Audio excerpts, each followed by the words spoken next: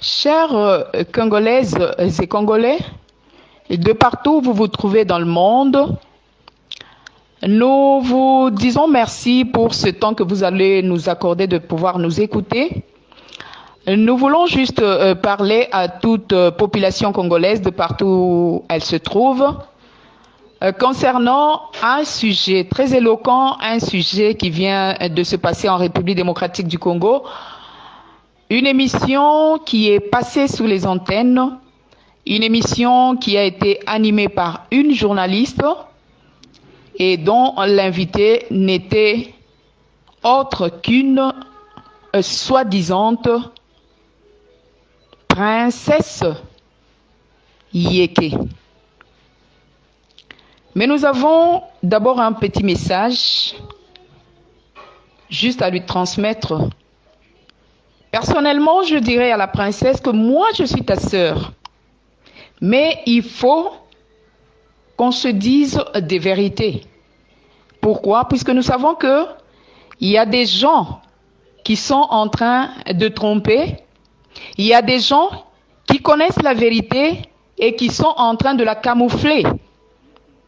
Raison pour laquelle j'aimerais un peu parler des Kassaïens, qui sont nos frères dans le pays, malgré qu'ils sont d'une autre province, mais qui sont nos frères dans ce pays. Je sais que vous avez beaucoup parlé. Il y a des gens qui sont en train de lancer sur le net aux Kassaïens en disant « construisez chez vous ». Il n'y a pas de problème. Et c'est chez vous-là, qui est le Grand Kasaï, que nous allons essayer un peu de parler en ce moment. Chères Congolaises et Congolais, nous voulons vous dire ceci, qu'il y avait une loi dans le temps qui interdisait aux Blancs, arrivés à Kananga, de ne pas descendre jusqu'à Mbuji-Mayi. Et la loi stipulait que la circulation dans les zones minières est interdite aux étrangers. Et au Kasaï oriental, plus précisément à Mbuji-Mayi, il y avait quelques maisons construites pour la Miba, à la Bodine. Pour ceux-là qui sont déjà arrivés à Mbuji-Mayi, c'est à la Bodine. Et l'architecte, un architecte belge, c'était Cernès. Et en plus de ces maisons, il y avait le building Imo-Kasaï, un immeuble de la société minière. Et tout cela était construit avant l'indépendance. Et selon le plan d'urbanisation, là nous sommes maintenant au Kasaï occidental, selon le plan d'urbanisation de Luluabourg, c'était pour mettre la capitale au Kasaï occidental. Donc le projet qu'on était en train de faire, c'était juste pour faire urbaniser la ville de Luluabourg afin que, par le temps, que ça devienne la capitale de la République démocratique du Congo. Mais à la prise du pouvoir de Mobutu, il ne voulait jamais entendre que quelqu'un a voyagé jusqu'au Kasaï. Il a mis la police minière et les inspecteurs de mines qui étaient originaires de l'Équateur afin qu'ils puissent arrêter toute personne qui voulait descendre au Kasaï pour y faire quoi que ce soit. Et en ce moment, Mobutu avait une drague au Kasaï oriental et plus précisément à la Miba dans l'exploitation du diamant pour récupérer les gros diamants. Et cette drague avait ce qu'on appelle les tamis. Et quand on était en train de tamiser, il y avait le diamant qui était en train de tomber, mais les gros diamants étaient réservés dans une petite boîte.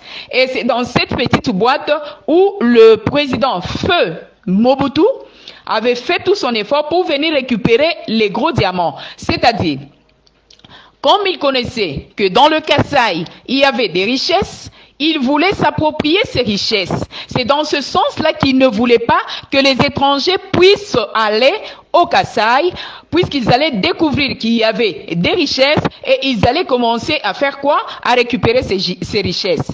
Et son idée à lui n'était pas de construire le Kasaï, le grand Kasaï et surtout le Kasaï oriental. Madame Mounongo, peut-être c'est une information pour toi. et tous les internautes, tous ceux-là qui sont en train de dire aux Kassaïens, construisez chez vous. Je suis de la province du Katanga. Et je voudrais juste vous dire des vérités que peut-être vous ignorez ou que peut-être vous êtes en train de faire semblant, mais vous les connaissez.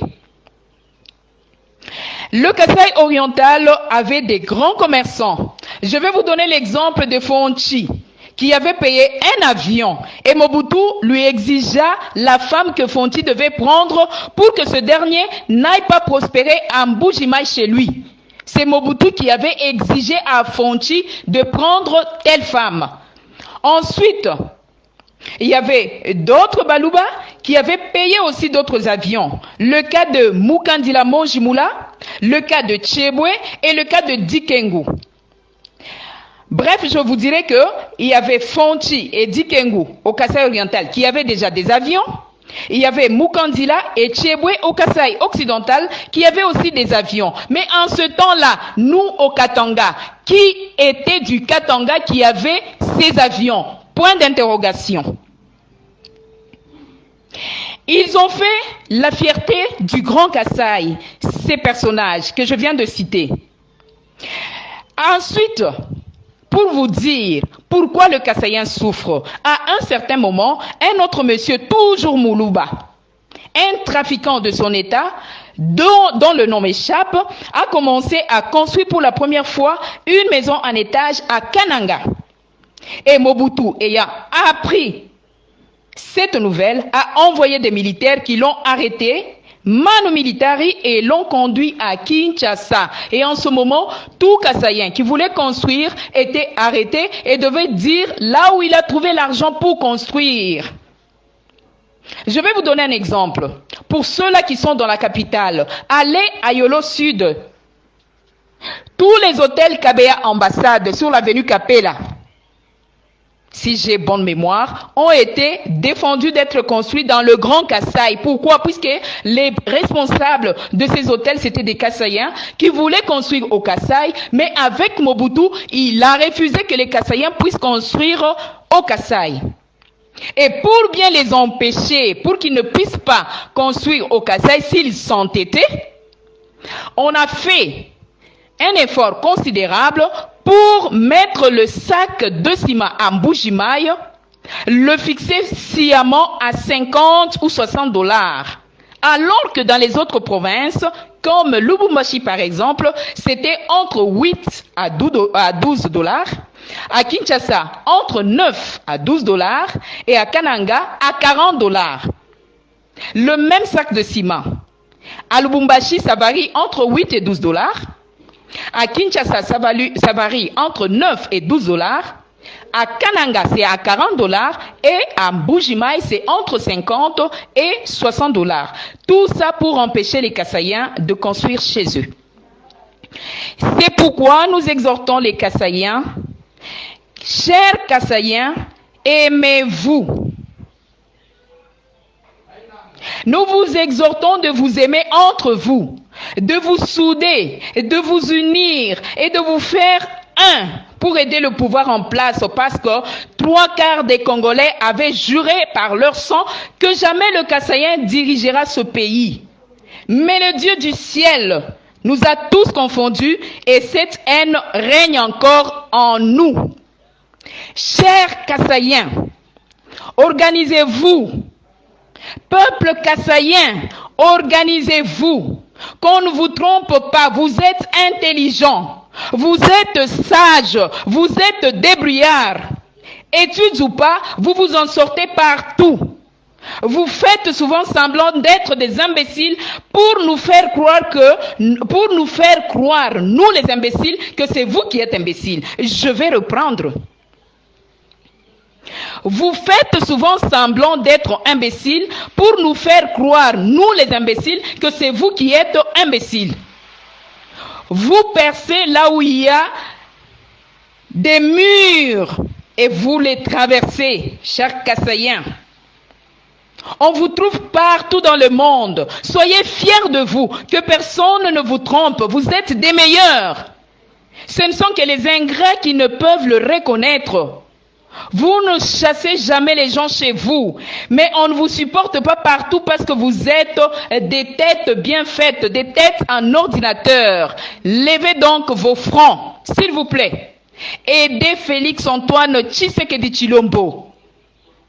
Que nous le voulions ou pas, il est en train de tracer l'histoire d'un Kassaïen à la tête de la République démocratique du Congo. Vous êtes un peuple dont on n'a pas le droit de douter la paternité. Les véritables de père et de mère, c'est vous qui êtes au centre du pays. Vive le Moulouba, vive le Grand Kasaï, et que nous parlons du Moulouba. Et quand nous parlons du Moulouba, c'est tout celui qui est originaire du Grand Kasaï. Toutes les 5 provinces y compris. Alors revenons à nos moutons. La division des Baluba du Kasaï et du Katanga, c'était juste l'œuvre manipulatrice des Belges. Nous connaissons tout ça. Et c'était pour détruire ou diviser l'empire Luba. La division des Baluba du Kasaï oriental et ceux du Kasaï occidental, faisant d'eux des Lulua, c'est toujours l'œuvre des Belges. Les Yékés ne sont pas originaires du Katanga. Ce sont des commerçants venus de la Tanzanie et qui ont combattu les Bassanga, nous les Bassanga et d'autres peuples trouvés sur place. Qu'on se le dise, les Belges, les Katangais que nous sommes et les gens du gouvernement central à Kin, du temps de Kengo Wadondo, avaient décidé de détruire le chemin de fer de BCK. Ils avaient décidé de le détruire et de mettre en place Cisaraï. Et avec Cisaraï, les Belges ont enlevé toutes les gares en route pour ne pas développer le Kasaï. D'Ilebo à Kananga, de Kananga à Chimbulu, de Chimbulu à Mweneditu. On a voulu détruire toutes les gares pour que les gens ne puissent pas se retrouver, pour que le Kasaï ne puisse pas aller de l'avant. Et ils ont manipulé pour mettre les gens qui n'étaient pas originaires des provinces, pour les nommer des gouverneurs, afin que ces derniers puissent bien détruire ces provinces, plus particulièrement le Grand Kasaï. Chers frères et sœurs katangais, sachant que c'est le Kasaïen qui avait construit le Katanga en 1906. Les Belges ont pris les Baluba du Kasaï en 1922 et c'est eux qui ont construit le chemin de fer pour arriver jusqu'au Katanga. Sachez-le à partir d'aujourd'hui. Les premières maisons construites au Katanga, ce sont les Kasaïens qui ont construit ces maisons. Vous devez le savoir, qu'on se le dise, qu'on ne se cache pas les voiles. Les Kasaïens étaient envoyés par force en mutation et à la fin des carrières, ils ne sont même pas rémunérés pour rentrer chez eux. Ils se retrouvent presque partout, mais ils se développent partout où ils se retrouvent. Alors, ce que nous devons savoir, que le Kasaïen n'a pas eu le temps de construire chez lui, puisque c'était la volonté politique. On n'a jamais voulu que le Kasaïen puisse aller de l'avant. On ne l'a jamais voulu. Mais regardez comment on a pris les Kasaïens pour qu'ils puissent aller construire les maisons au Katanga. On a pris les mêmes Kasaïens pour qu'ils puissent construire le chemin de fer qui va donc continuer jusqu'au Katanga. Et quand ils arrivent au Katanga, on les force encore pour construire les maisons au Katanga. Vous voyez comment on a joué avec le Kasaïen. Et pour terminer, je vais vous parler d'un homme. Le sphinx de Limété. Étienne Tshisekedi wa Mulumba. Ce monsieur-là, c'était un monsieur très calme, mais très colérique. Il était du MLC, c'était ça son parti politique, le MLC de Lumumba. Mais lorsque Kalonji fit son parti politique, Étienne Tshisekedi Wamulumba, il adhéra aussi dans ce parti politique. Pourquoi tout ça? Pourquoi il s'était engagé dans les partis politiques? Tout simplement puisqu'il avait ce désir d'aller de l'avant, ce désir de progresser, ce désir de faire des grandes choses. Il avait dit à Mobutu qu'il a beaucoup travaillé, il a plutôt participé pour le manifeste de Lansele, pour la constitution de la République démocratique du Congo. Il a dit qu'il a occupé plusieurs postes et à la fin il dira à Mobutu: il me reste un seul poste à occuper et c'est la présidence de la République. Et c'est une chose qui a beaucoup étonné Mobutu. Qui peut oser parmi nous les Katangais? Nous sommes des Katangais. Mais nous devons nous dire des vérités. Le Kassaïen, c'est un modèle. C'est un modèle à suivre. C'est un homme courageux. Alors, Madame Munongo, tu es ma sœur. Mais je te parlerai aussi de ta tribu. Tu es ma sœur du Katanga, mais je te parlerai de ta tribu, puisque je sais que tu n'es pas congolaise. Ta racine n'est pas dans le Congo. Qu'on se le dise. Je vous remercie.